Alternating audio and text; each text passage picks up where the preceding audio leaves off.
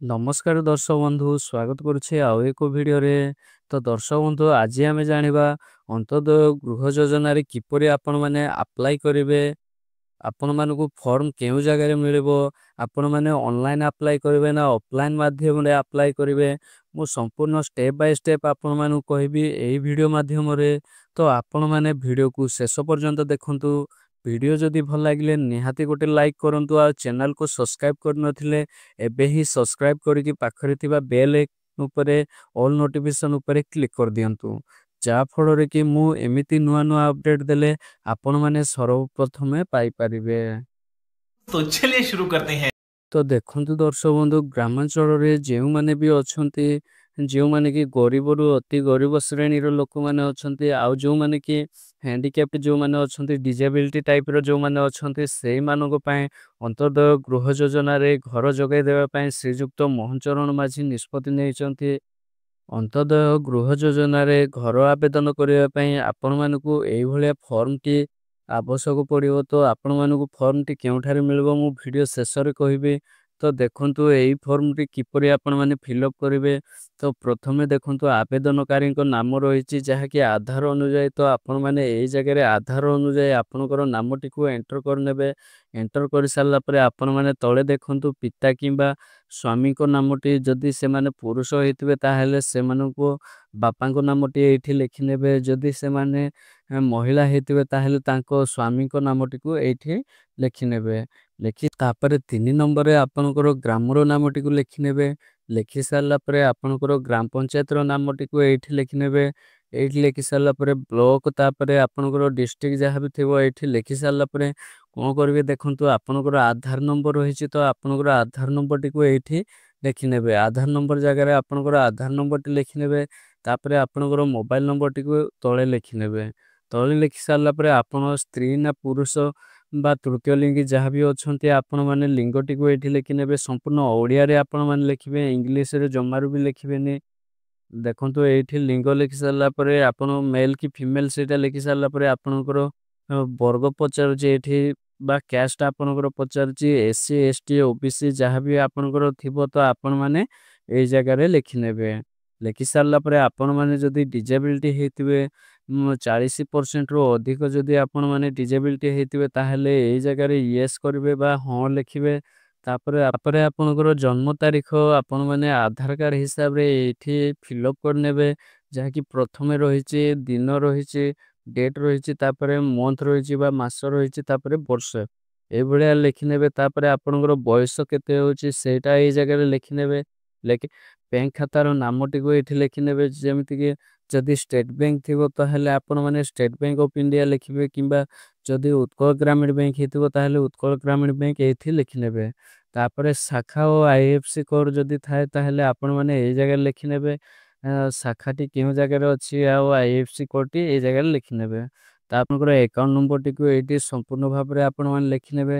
ଲେଖି ସାରିଲା ପରେ ଆପଣମାନେ ଏଇଠି ଗୋଟେ ସିଗ୍ନେଚର କରିନେବେ। ମନେ ରଖନ୍ତୁ ଯେଉଁ ହିତାଧିକାରୀଙ୍କ ନାମରେ ଆପଣମାନେ ଆବେଦନ କରୁଛନ୍ତି ସେମାନଙ୍କର ହିଁ ଦସ୍ତଖତ ନେବେ ଏଇ ଜାଗାରେ।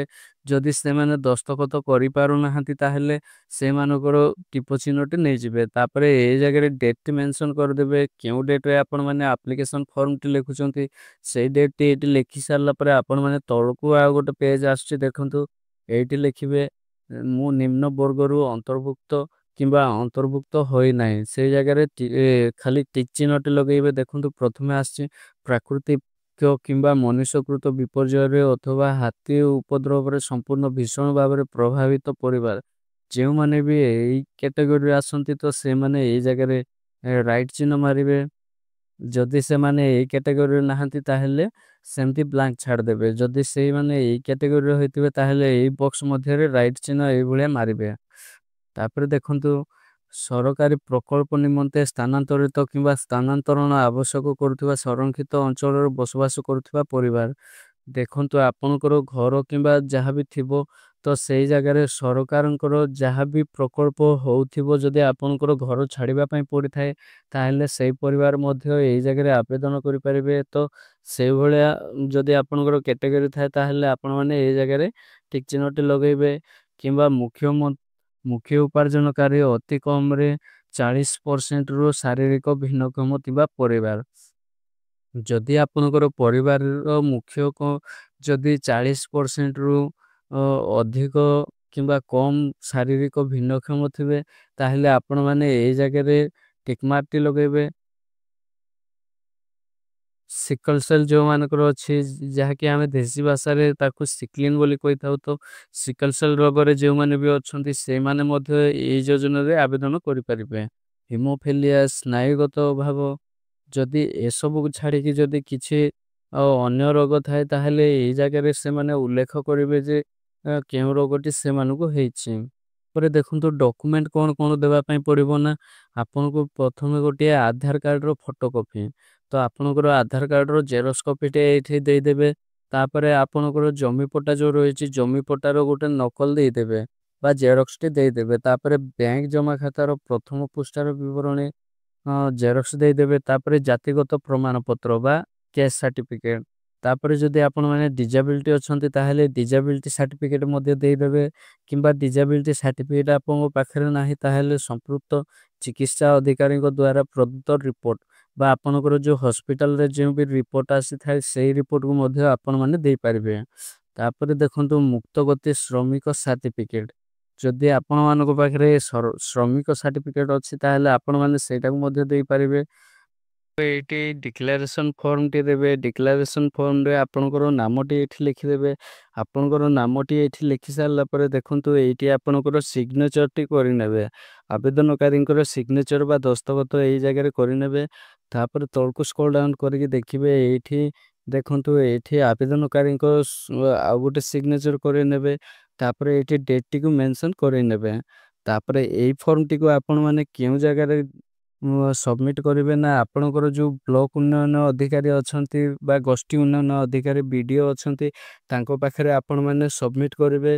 ତ ଆବଶ୍ୟକ ସ୍ଥଳେ ଯଦି ଆପଣଙ୍କର ଯଦି କିଏ ସାଂସଦ ଅଛନ୍ତି କିମ୍ବା ମାନ୍ୟବର ବିଧାୟକ କିଏ ଅଛନ୍ତି, ସେମାନଙ୍କର ସିଗ୍ନେଚର ମଧ୍ୟ କରେଇ ପାରିବେ। ତାପରେ ଦେଖନ୍ତୁ ଆପଣମାନଙ୍କର ପ୍ରାପ୍ତି ସ୍ୱୀକାର ଯୋଉ ଅନ୍ତର୍ଦେୟ ଗୃହ ଯୋଜନା ଅଧୀନରେ ଆପଣଙ୍କର ଆବେଦନ ସଫଳତା ସହିତ ଗ୍ରହଣ କରାଯାଇଛି। ସମ୍ପୂର୍ଣ୍ଣ ନାମ ଆଧାର ଅନୁଯାୟୀ, ତ ଆପଣମାନେ ଏଇ ଜାଗାରେ କିଛି ବି ଫିଲ୍ଅପ୍ କରିବେନି, ଏଇଟା ଅଫିସିଆଲି ସେମାନେ ଫିଲ୍ଅପ୍ କରିବେ। ଯେଉଁମାନେ ବି ଆପଣଙ୍କର ଆପ୍ଲିକେସନକୁ ଭେରିଫାଇ କରିବେ, ତ ସେଇମାନେ ହିଁ ଏଇଟାକୁ କରିବେ। ଫର୍ମଟି ଡାଉନଲୋଡ୍ କରିବା ପାଇଁ ମୁଁ ଭିଡ଼ିଓ ଡେସ୍କ୍ରିପସନରେ ଗୋଟେ ଲିଙ୍କ ଦେଇଦେଇଛି, ତ ସେଇ ଲିଙ୍କ ଉପରେ ଆପଣମାନେ କ୍ଲିକ୍ କରିକି ଏଇ ଫର୍ମଟିକୁ ଡାଉନଲୋଡ୍ କରିନିଅନ୍ତୁ। ଡାଉନଲୋଡ୍ କରିସାରିଲା ପରେ ପ୍ରିଣ୍ଟ ଆଉଟ୍ କାଢ଼ିକି ମୁଁ ଯେଉଁଭଳି ଭାବରେ କହିଲି ସେଇଭଳି ଭାବରେ ଫିଲ୍ଅପ୍ କରିନିଅନ୍ତୁ ଏବଂ ଆପଣଙ୍କର ବ୍ଲକ ଅଫିସରେ ଫର୍ମଟିକୁ ସବମିଟ୍ କରାଇ ଦିଅନ୍ତୁ। ତାପରେ ଆପଣଙ୍କର ଅନ୍ତର୍ଦେୟ ଗୃହ ଯୋଜନାରେ ନିହାତି ଭାବରେ ଘରଟି ଆସିଯିବ। ତ ଇଏ ଥିଲା ଆଜିର ସମ୍ପୂର୍ଣ୍ଣ ଅପଡେଟ୍। ଭିଡ଼ିଓଟି ଯଦି ଭଲ ଲାଗିଥିଲେ ନିହାତି ଗୋଟେ ଲାଇକ୍ କରନ୍ତୁ। ଆଉ ଚ୍ୟାନେଲକୁ ଯଦି ସବସ୍କ୍ରାଇବ୍ କରିନାହାନ୍ତି, ତାହେଲେ ଏବେ ହିଁ ସବସ୍କ୍ରାଇବ୍ କରିକି ରଖିଥାନ୍ତୁ। ଜୟ ଜଗନ୍ନାଥ, ଦେଖା ହେବ ନେକ୍ସଟ ଭିଡ଼ିଓରେ।